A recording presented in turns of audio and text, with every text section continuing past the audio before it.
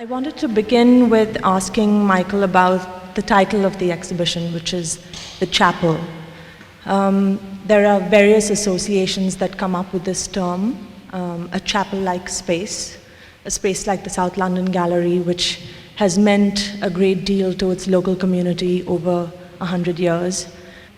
The spiritual dimensions of the word chapel, and specifically, Michael, the notion of anima, or life force, or spirit, animism, the belief that men and animals and rocks and places are infused with spirit, and whether this has any relevance to the specific context of East Africa and what you grew up with in Kenya.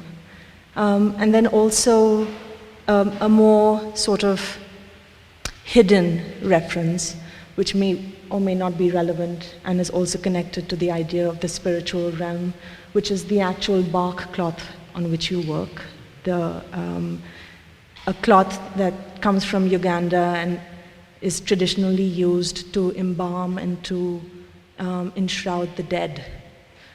So this play between life force and death.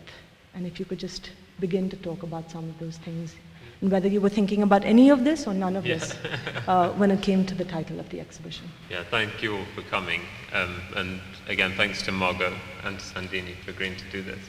The title, The Chapel, started after Margot had asked me to do the show. I came in here just to look at the space and to get the feel of the space. And that is the first kind of the first feeling that I had, is the proportions and the quietness of the space were similar to that of the chapel. And also I was thinking about the function of a public art space, especially one like South London Gallery that is so integral to the community that's around it. The function of an art space in a relatively secular society, or certainly a multi-faith society, and how that echoes aspects of a chapel, and how a chapel is also the heart of a community, the place where conversations about right and wrong happen, the place where there's contemplation, and all these different aspects sort of were running around in my head and thinking, like, maybe this is also an opportunity to question whether art, or in my case, working in paintings, whether these are questions that are relevant to paintings, whether these are things that can be evoked or considered when you look at painting. This led me to then thinking about the way in which Christianity in particular has shaped different attitudes in Kenya through what I've experienced growing up, through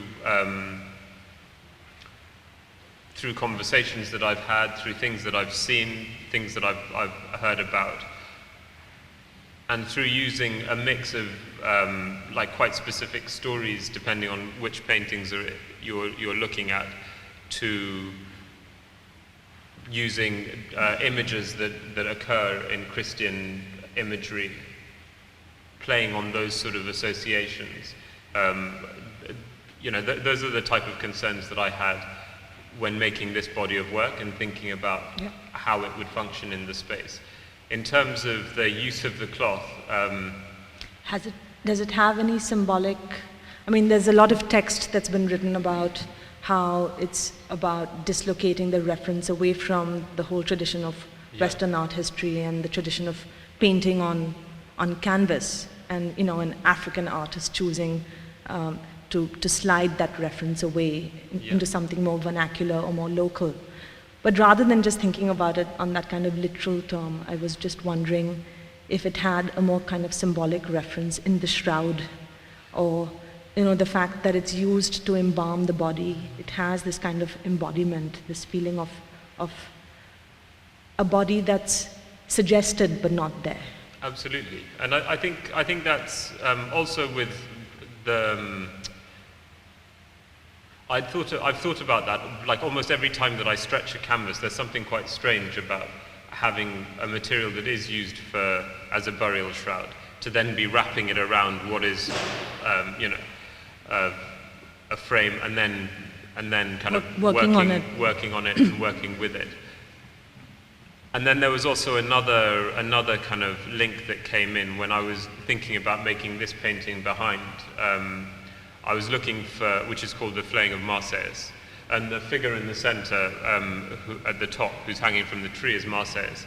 And I was looking at ways that people skin animals, skin people, skin different things, and looking for imagery. And then I realized that through a documentary that I'd made about the process. How the bark is actually prepared. Absolutely, how they make the bark by scraping the skin off the tree and then peeling the first layer of bark off, that I actually had a lot of images that dealt with this, and that was something that was already kind of inherent to the work, which I hadn't really taken that on board to that sort of degree before I started making this painting.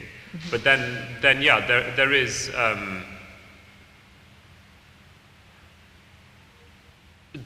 that within, subsequently, there is that within all of the work.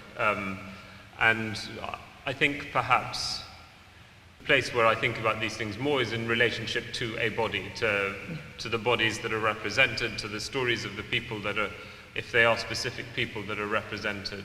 I think about those things more than I do in relation to the cloth. Right. But it certainly has a resonance. Yeah, with that. And do you feel like animism at all comes in? We were talking about the relationship or the interrelationship of man and nature, of man and animal, of man and site, of man and place, of rock, of river. Is that something that you grew up with at all, or was it predominantly, a Christian upbringing and outlook? Yeah, I think my upbringing was based in Christian values, for sure. Was a sort of Sunday school, particularly with my mother. Sunday school upbringing. But having said that, I think with the sort of respect that one gives to nature, that one gives to the presence of something else, that's definitely something that I have, and within the artists that I grew up around and I grew up talking to. Yeah. Both in the symbolic sense of what each animal would represent, and also in the sense that the people and animals are often interchangeable within the work. Right. Like those are two things that 100% have stayed with me throughout. Yeah. It's just something that occurred to me when I was thinking about it more. This kind of correlationship of life and death, and the spiritual implications, not just in terms of what you're trying to aspire to in this body of work, but also naming the exhibition the chapel.